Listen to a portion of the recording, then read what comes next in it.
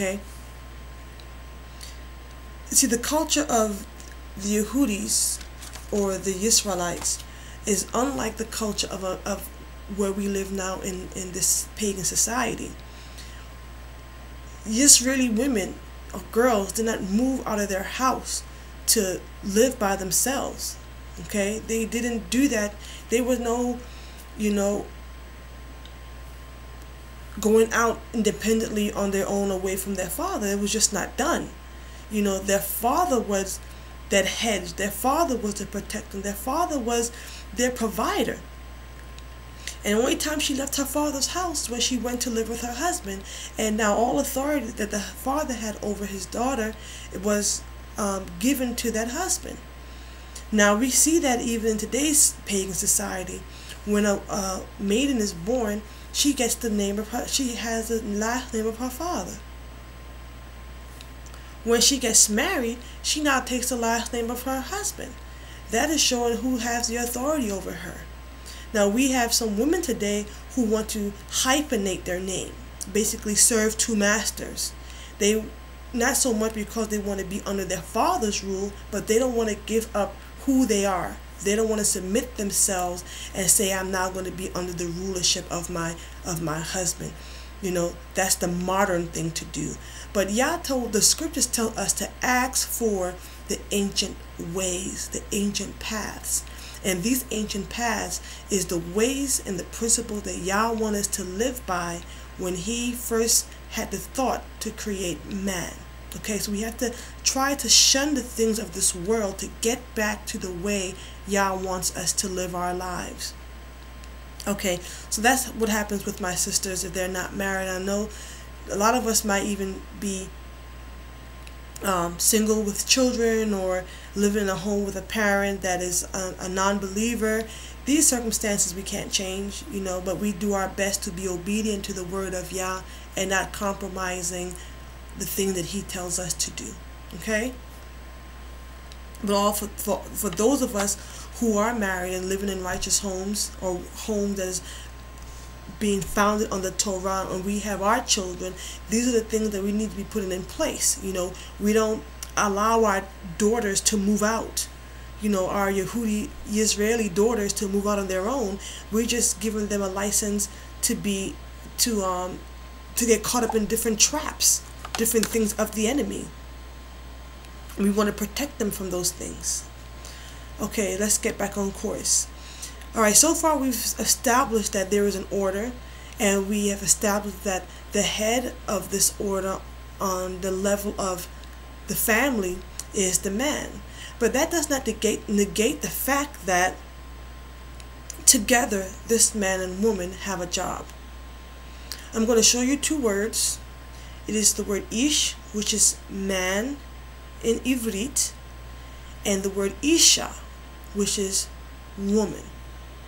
Now, if you notice these words, they both begin with the same letter, Aleph. And they both begin with the letter Aleph because man and woman were both created in the image of Yah. That's what Yah said in Bereshit chapter 1, where he said, let us make man in our image and in our likeness. Okay? This is why they both begin with the letter Aleph. If we go to Bereshit chapter 5, verse 1 and 2,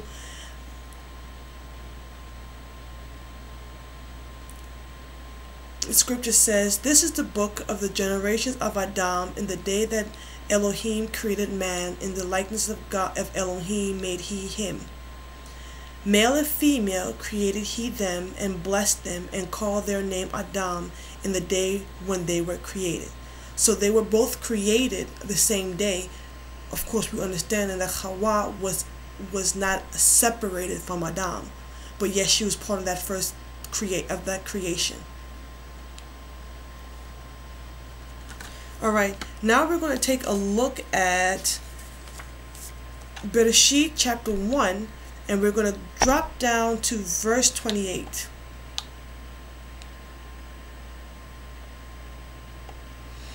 Okay, we're going to now take a look at the job that was given to to the man. Actually, I'm going to start at verse 27 because we're going to see that it was given, that this job was given to Adam before Hawa was separated from him. Verse 27. So Elohim created man in his own image. In the image of Elohim created he him. Male and female created he them. And Elohim blessed them. And Elohim said unto them, Be fruitful and multiply, and replenish the earth, and subdue it, and have dominion over the fish of the sea, and over the fowl of the air, and over every living thing that moves upon the earth. Okay? This is what Yah told them. We're going to look at, let's see, the first word we're going to look at is the word replenish, which in English means basically to make plenty again. Alright? Maybe one day we'll talk about that, but something happened before Genesis 1. Now, Adam and Eve, Hawa and Adam have the job to make it plenty again. That Hebrew word is malal, which basically means just to fill. The next word that we're going to look at is the word subdue, which in the Hebrew is number 3533. And this word is kabash. And kabash means to tread down, to conquer, to subjugate, bring into bondage. Now let's put this together with what he's doing. What are they doing this to?